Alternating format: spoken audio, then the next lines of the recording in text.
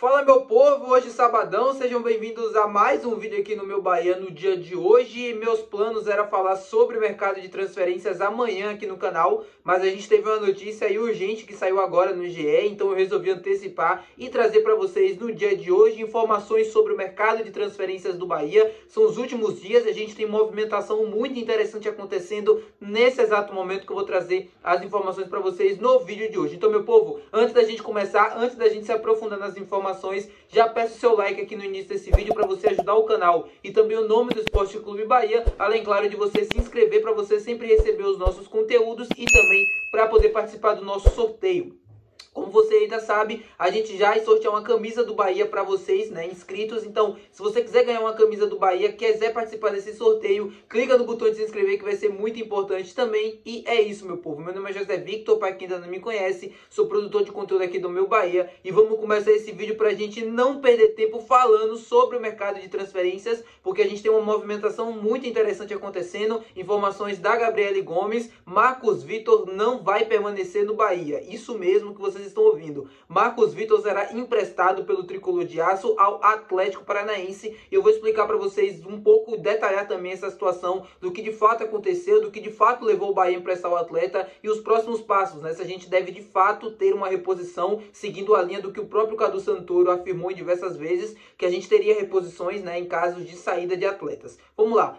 Por que o Marcos Vitor está saindo? Por que o Atlético? Há um tempo atrás eu vim explicando para vocês que o Atlético Paranaense estava interessado no David Duarte para compor uma posição dentro do elenco de um zagueiro, assim, de último zagueiro, né? Um quinto zagueiro, um cara que não teria muitas oportunidades, mas estaria ali para compor o elenco em caso de qualquer emergência, em caso de qualquer necessidade. Era o nome ideal que a cúpula do Atlético Paranaense enxergava nesse momento. Porém, as negociações não avançaram, porque, de acordo com o que eu tive de informação, o David Duarte não quis ocupar esse papel, ele queria jogar, ele não queria ir apenas para ser uma opção, para compor elenco.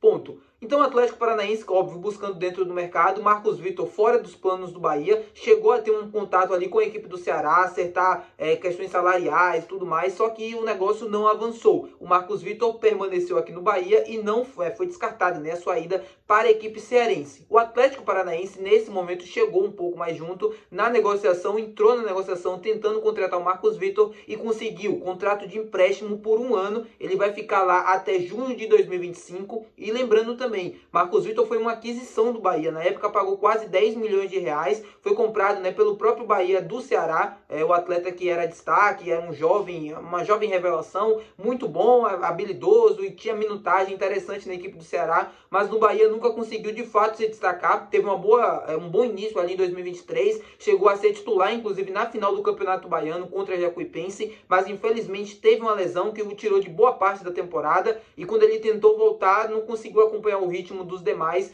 e nunca mais foi opção, né? Nunca mais foi titular, um jogador a ser considerado, né? Fazer parte dos planos dos treinadores, tanto do Renato Paiva quanto do técnico Rogério Ceni. Rogério que inclusive nessa temporada levou ele para Manchester, ele participou, depois voltou para Salvador para ter um período ali, né, a mais em relação aos seus companheiros para disputar o Campeonato Baiano, para ter mais minutos, porém não conseguiu se destacar, né? Não conseguiu chamar a atenção do técnico, não foi bem nas participações que ele teve aqui no Campeonato Baiano e, enfim, depois do primeiro semestre, onde ele teve algumas oportunidades, tanto no Campeonato Estadual quanto na Copa do Nordeste, ele não apareceu mais na equipe, sempre relacionado, mas nunca era opção, nunca foi de fato, né, a primeira opção. Ele é a última opção nesse momento e tá indo pro Atlético Paranaense, explicando o motivo da saída, para tentar ganhar mais minutos, para tentar ser mais aproveitado.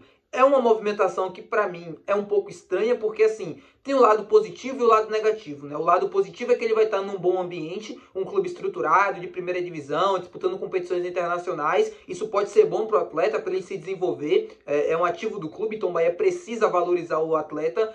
Mas também, por um lado negativo, ele está indo para um lugar onde ele também, assim como o Bahia, não vai ter tantas oportunidades. Se a gente está falando do Atlético Paranaense, a gente está falando de um clube que tem muito bons zagueiros, que nesse momento estão muito à frente do Marcos Vitor. Ele vai chegar num lugar novo, precisa se provar e tal. Pode ser bom para o atleta, né? Um estímulo ali diferente para tentar, sei lá, uma motivação a mais, tentar mostrar serviço, um treinador também diferente para poder ganhar mais minutos, mas enfim, é torcer por ele para que ele consiga se desenvolver, consiga melhorar e consiga atingir um nível, né, patamar ideal para quando voltar ao Bahia em 2025 ele poder estar bem, né, para poder participar dos jogos e também poder ser titular.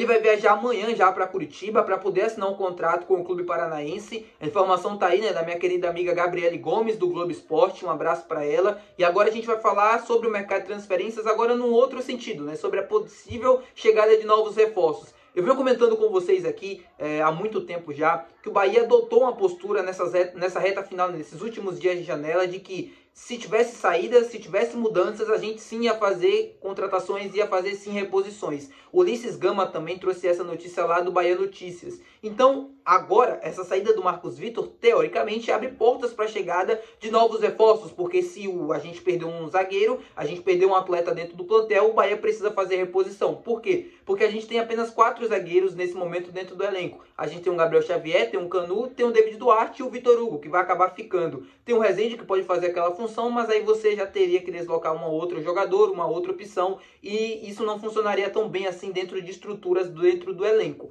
Então, óbvio, nessa reta final, a janela fecha no dia 2, o Bahia deve estar sim olhando o mercado, deve estar sim procurando as opções para fazer essa peça de reposição de contratação. Não esperem chegadas de 2 a 3 reforços nesses últimos dias, não devemos ter isso, todo mundo já imagina, obviamente. A gente também não deve ter mais saídas nesse sentido, pelo menos não de informação que eu tenho, e conversando também com outros colegas ali da comunicação. A expectativa é que era de apenas uma saída, como eu falei para vocês, né? A gente não tinha expectativa de grandes saídas, de muitas movimentações dessa reta final de janela do Bahia. Poderia acontecer uma como aconteceu no caso do Marcos Vitor, e a gente deve ficar por isso mesmo. Então, a próxima vez que a gente falar sobre o mercado de transferências aqui no canal, possivelmente deve ser sobre a chegada da reposição do Marcos Vitor ou não. Eu entendo que é necessária, tá? Eu acho que o Bahia precisa ir no mercado e fazer essa reposição, mesmo que não encontre um atleta dentro daquilo que o clube procura, né? Uma oportunidade de mercado, um jogador talvez livre para poder chegar sem custos, mas o Bahia precisa fazer uma reposição, porque a gente já precisava de um zagueiro antes. Vitor Hugo e David Duarte, nesse momento, com todo o respeito aos profissionais. Ah, e tem o Vitor Cuesta também. Eram atletas que, cara, assim, tirando o Vitor Cuesta, mas eram atletas que esportivamente não davam uma confiança, né? Vamos ser bem sinceros. Tanto o David Duarte como o Vitor Hugo, que é uma incógnita para mim nesse momento. Desde que ele saiu do Bahia, ele praticamente não conseguiu performar em alto nível mais. Mesmo quando estava aqui, né? Não conseguia performar em alto nível. Então é muito pouco para uma temporada onde a gente está brigando lá em cima na tabela e brigando por muito. Então vamos aguardar e vamos ver as novas movimentações do Bahia nesse sentido, né? Se a gente de fato deve ter ou não uma reposição do mercado. Espero que tenha.